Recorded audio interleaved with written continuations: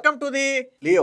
ఇప్పటి వరకు ఏఐ కావచ్చు, అలాగే గూగుల్ లాంటి డేటా సెంటర్ల విషయంలో కావచ్చు, ప్రపంచానికే మార్గదర్శకంగా ఆంధ్రప్రదేశ్ మారుతుంది అనే స్థాయిలో ప్రాజెక్టులు తెచ్చారు, మనందరికీ తెలుసు. అయితే ఇప్పుడు గ్రీన్ ఎనర్జీ రంగంలో కూడా ఆంధ్రప్రదేశ్ దేశానికే ఒక మార్గదర్శిగా మారబోతుంది. గ్రీన్ ఎనర్జీ రంగంలో 10 లక్షల కోట్ల రూపాయల పెట్టుబడులు సాధించడమే లక్ష్యంగా చంద్రబాబు గారు కావచ్చు, నారా లోకేష్ గారు కావచ్చు కృషి చేస్తున్నారు. ఆల్రెడీ ఇప్పటికే దానికి సంబంధించి అనేక ప్రాజెక్టులు కూడా ఆంధ్రప్రదేశ్లో గ్రౌండ్ అవడం కూడా జరిగింది.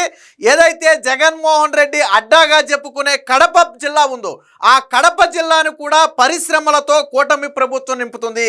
జగన్మోహన్ రెడ్డి హయాంలో కడప జిల్లాకు ఒక్క పరిశ్రమ వచ్చిందని అడిగితే ఎవరు సమాధానం చెప్పలేరు. అంటే జగన్మోహన్ రెడ్డి సీఎంగా సొంత జిల్లాకి కూడా ఏమీ చేసుకోలేకపోయాడు.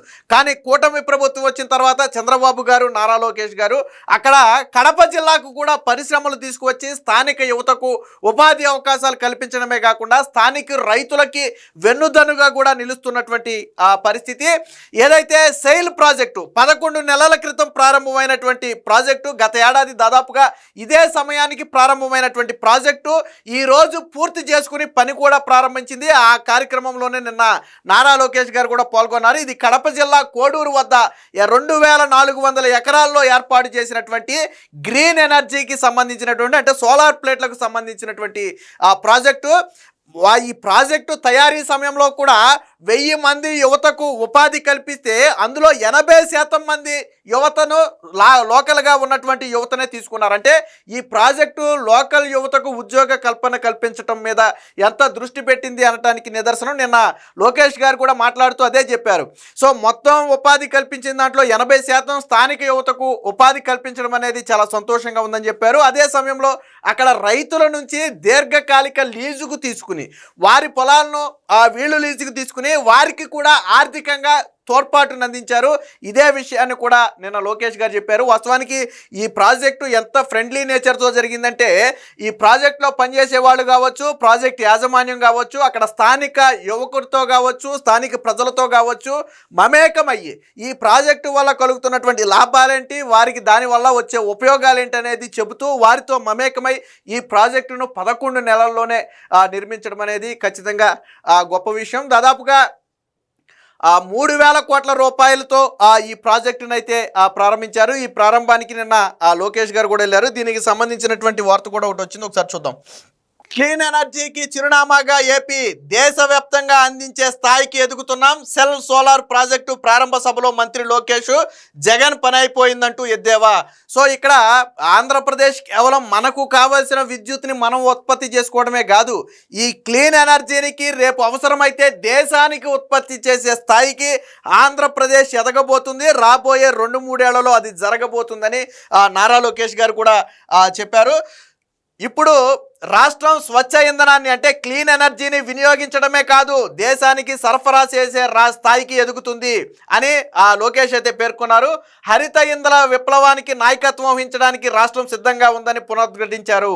వైకాపా జిల్లా కొండాపురం మండలం జీ కోడూరు వద్ద sustainable and affordable energy for life solar ప్రాజెక్టును మంత్రులు గొట్టిపాటి రవి అలాగే సవితలతో కలిసి ఆయన అయితే ప్రారంభించారు. ఆ సందర్భంగా మాట్లాడుతూ ఈ సెల్ ప్రాజెక్టు దార్శనికత, నమ్మకం, వేగం, కార్యనిర్వహణ కలిపిన వేడుక.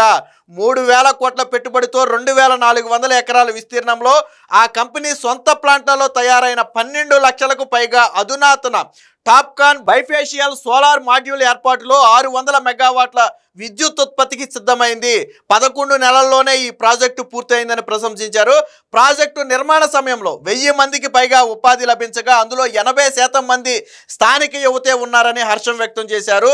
దీర్ఘకాలిక లీజు ద్వారా 760 మంది రైతుల కుటుంబాలకు ఒక స్థిరమైన ఆదాయం కూడా లభిస్తుందన్నారు. అంటే ఈ రైతుల భూములు ఏవైతే ఉన్నాయో ఈ సోలార్ ప్రాజెక్టు కోసం అని చెప్పి 15 ఏళ్ళు 20 ఏళ్ల పాటు లాంగ్ లీజుకి ఈ కంపెనీ అయితే తీసుకోవడం జరిగింది. వాస్తవానికి అదే భూమిలో ఆ రైతు 3 పంటలు లేదా 2 పంటలు పండిస్తే ఎంత ఆదాయం వస్తుందో అంతకు 2-3 రెట్లు అధికంగా డబ్బులు చెల్లించి వాళ్ళైతే ఆ భూములను అయితే ఆ లీజుకు తీసుకున్నారు. అలాగే 760 కుటుంబాలు లబ్ధి పొందాయి. ఈ విషయాన్ని కూడా నారా లోకేష్ నిన్న ప్రస్తావించారు. ఆ 760 కుటుంబాల నుంచి తీసుకున్నటువంటి భూములకు గాను ఈ ప్రాజెక్టు ప్రతి సంవత్సరం కూడా లీజు రూపంలో రూపంలో చెల్లిస్తుంది. అది వాస్తవంగా వాళ్ళు పంట పండిస్తే వచ్చేదానికంటే కూడా ఎక్కువగా ఉంటుంది.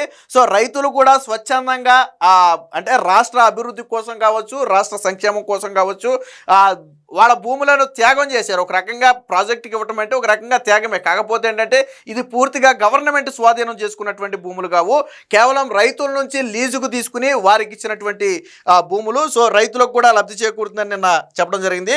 రాష్ట్రంలో ఇప్పుడు ఎలక్ట్రానిక్స్, గ్రీన్ ఎనర్జీ, సాఫ్ట్వేరు, డ్రోన్లు, ఫుడ్ ప్రాసెసింగ్, ఫార్మా తదితర రంగాల్లో 22 ప్రత్యేక గ్రోత్ క్లస్టర్లను కూడా ఏర్పాటు చేస్తున్నామని, కేంద్ర రాష్ట్ర ప్రభుత్వాలు కలిసి ప్రపంచంతో పోటీగా పడగల ఒక ఎకోసిస్టమ్ని ఈరోజు ఆంధ్రప్రదేశ్లో నిర్మిస్తున్నామని చెప్పి నిన్న నారా లోకేష్ గారు అయితే చెప్పారు. దీనికి సంబంధించిన మరొక వార్త కూడా ఉంది, ఒకసారి చూద్దాం.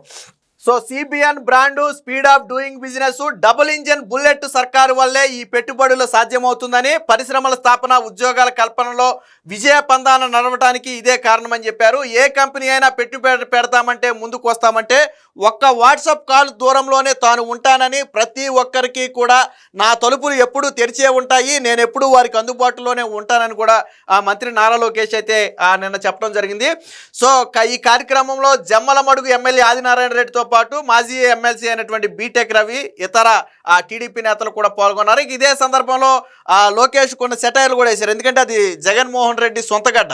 సో ఆ సొంతగడ్డ మీద లోకేష్ పరిశ్రమ స్థాపించడమే కాకుండా 11 నెలల్లో ఆ పరిశ్రమను పూర్తి చేసి మళ్ళీ ప్రారంభోత్సవం కూడా లోకేష్ చేయటం అనేది గొప్ప విషయం. ఈ సందర్భంగా లోకేష్ జగన్మోహన్ రెడ్డిని ఉద్దేశించి మాట్లాడిన మాటలు కూడా ఒకసారి చూద్దాం. మా నాన్న ఉత్తరం రాశాడు, మా తాత కలలుగన్నాడు, నేను ఆత్మలతో మాట్లాడాను అంటే నమ్మేవాళ్ళు ఎవరూ లేరు. ఆ మాటలకు రాష్ట్రానికి పెట్టుబడులు రావు. పెట్టుబడులు రావాలి అంటే ఒక బ్రాండ్ ఉండాలి. మాది పెట్టుబడుల బ్రాండ్ అయితే మీది గొడ్డలి బ్రాండు, ఇది ఎవరిని అడిగినా చెబుతారు అని చెప్పి జగన్మోహన్ రెడ్డిని ఉద్దేశించి లోకేష్ అయితే వ్యాఖ్యలు అయితే చేయడం జరిగింది.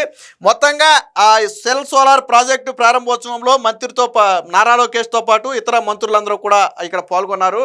11 నెలల్లోనే ఒక ప్రాజెక్టుని గ్రౌండ్ చేసి తిరిగి ప్రారంభోత్సవం కూడా చేయటం అనేది ఆషామాషి వ్యవహారం కాదు. చంద్రబాబు గారు గతంలో కూడా అదే విషయాన్ని చెప్పారు. ఇప్పుడేదో మనం ఎంఓయూలు కుదుర్చుకున్నాం, ఒప్పందం కుదుర్చుకున్నాం, 5-6 ఏళ్ల తర్వాత మేము ప్రారంభోత్సవాలు చేస్తాం, లేదా 5-6 ఏళ్ల తర్వాత మేము పనులు ప్రారంభిస్తామంటే మా దగ్గర కుదరదు. మేము ఎంఓయూ కుదుర్చుకున్నటువంటి సమయం నుంచి దాదాపుగా 2 ఏళ్లలో ఆల్మోస్ట్ ప్రాజెక్ట్ అనేది గ్రౌండ్ అవ్వాలి. అలా అయితే మాత్రమే మేము దానికి సహకరిస్తామని కూడా గతంలో చంద్రబాబు గారు చెప్పారు. చెప్పిన మాట కట్టుబడి జగన్మోహన్ రెడ్డి 5 ఏళ్లు సీఎంగా ఉండి ఆ జిల్లాకు కనీసం ఒక్క ప్రాజెక్టు తీసుకొచ్చి 10 మందికి ఉపాధి కల్పించాల. జగన్మోహన్ రెడ్డి ఆ జిల్లాకి ఏం ఉపాధి కల్పించాడో తెలుసా? ఫిష్ మార్ట్ ఉద్యోగాలు కల్పించాడు. నేను ఏ పొద్దు అనుకోలేదు ఈరోజు ఫిష్ మార్ట్ వస్తుందని, ఫిష్ మార్ట్ లేకపోతే మటన్ మార్ట్లు వస్తాయని నేను ఏ రోజు అనుకోలేదని అప్పట్లో జగన్ చెప్పాడు. జగన్ దృష్టిలో యువతకు ఉపాధి కల్పించడం అంటే అదే ఫిష్ మార్ట్, మటన్ మార్ట్లు పెట్టి అందులో ఉద్యోగాలు కల్పించడం. కానీ ఇక్కడ కూటమి ప్రభుత్వం అలా కాదు. ఈరోజు కల్పిస్తున్నటువంటి ఉద్యోగాలు గౌరవప్రదమైనటువంటి ఉద్యోగాలు, సగర్వంగా తల ఎత్తుకుని చెప్పుకోగలిగినటువంటి ఉద్యోగాలు. జగన్మోహన్ రెడ్డి సొంత జిల్లాకు 5 ఏళ్లలో ఒక్క ప్రాజెక్టు తీసుకురాకపోతే కూటమి ప్రభుత్వం 2 ఏళ్లు కూడా గడవక ముందే అదే జగన్మోహన్ రెడ్డి గడ్డ మీద ప్రాజెక్టులు తీసుకువచ్చి ఆ ప్రాజెక్టులను పూర్తి చేసి మళ్ళీ తిరిగి ప్రారంభోత్సవాలు కూడా చేస్తుంది. ఇది చిత్తశుద్ధి అంటే. జగన్మోహన్ రెడ్డికి కనీసం సొంత జిల్లా మీద కూడా చిత్తశుద్ధి లేదు. మొన్న ఎందుకు జగన్మోహన్ రెడ్డి కోటలు బద్దలయ్యాయి అంటే 5 ఏళ్ళు సీఎంగా ఉండి జగన్మోహన్ రెడ్డి ఏమీ చేయలేదు కాబట్టి సొంత ప్రజలు కూడా అసహించుకున్నారు. సొంత జిల్లా ప్రజలు కూడా జగన్మోహన్ రెడ్డిని తిరస్కరించారు. అంటే కారణం ఒకటే, ఆ రోజు జగన్మోహన్ రెడ్డి 5 ఏళ్ల పాలన చూసిన తర్వాత రాజకీయాలకు జగన్ అనే వ్యక్తి అన్ఫిట్, ఈయన ఏమీ చేయడు, రాష్ట్రానికి ఏమీ చెయ్యకపోగా సొంత జిల్లాకు కూడా ఏమీ చేయలేని అసమర్థుడు అని చెప్పి మొన్న జగన్ని ప్రజలు తిరస్కరించారు. ఏది ఏమైనా ఇప్పుడు ఈ గ్రీన్ ఎనర్జీ ప్రాజెక్ట్ అనేది రాష్ట్రానికి ఒక గొప్ప వరం లాంటిది. దాదాపుగా 10 లక్షల కోట్ల పెట్టుబడుల లక్ష్యంగా ఆంధ్రప్రదేశ్ అయితే గ్రీన్ ఎనర్జీని తీసుకురావాలనే ప్రయత్నం చేస్తుంది. దీనిలో భాగంగా ఇప్పటికే అనేక కంపెనీలు కూడా రావడం జరిగింది. కానీ ఈ సేల్ ప్రాజెక్ట్ అనేది 11 నెలల్లోనే పూర్తి చేసి నారా లోకేష్ గారితో ప్రారంభోత్సవం కూడా చేయించడం, స్థానిక యువతకు 80% ఉద్యోగాలు కల్పించడం, స్థానిక రైతుల దగ్గర లీజుకు తీసుకుని వారికి ఎక్కువ లీజు చెల్లించి వారికి అండగా నిలబడటం, ఇవన్నీ కూడా రాష్ట్రానికి సుపరిణామం. ఏది ఏమైనా రాబోయే రోజుల్లో గ్రీన్ ఎనర్జీ రంగంలో దేశానికే ఆంధ్రప్రదేశ్ మార్గదర్శకంగా నిలుస్తుంది అనడంలో ఎటువంటి సందేహం లేదు. Please subscribe to Leo news for more videos.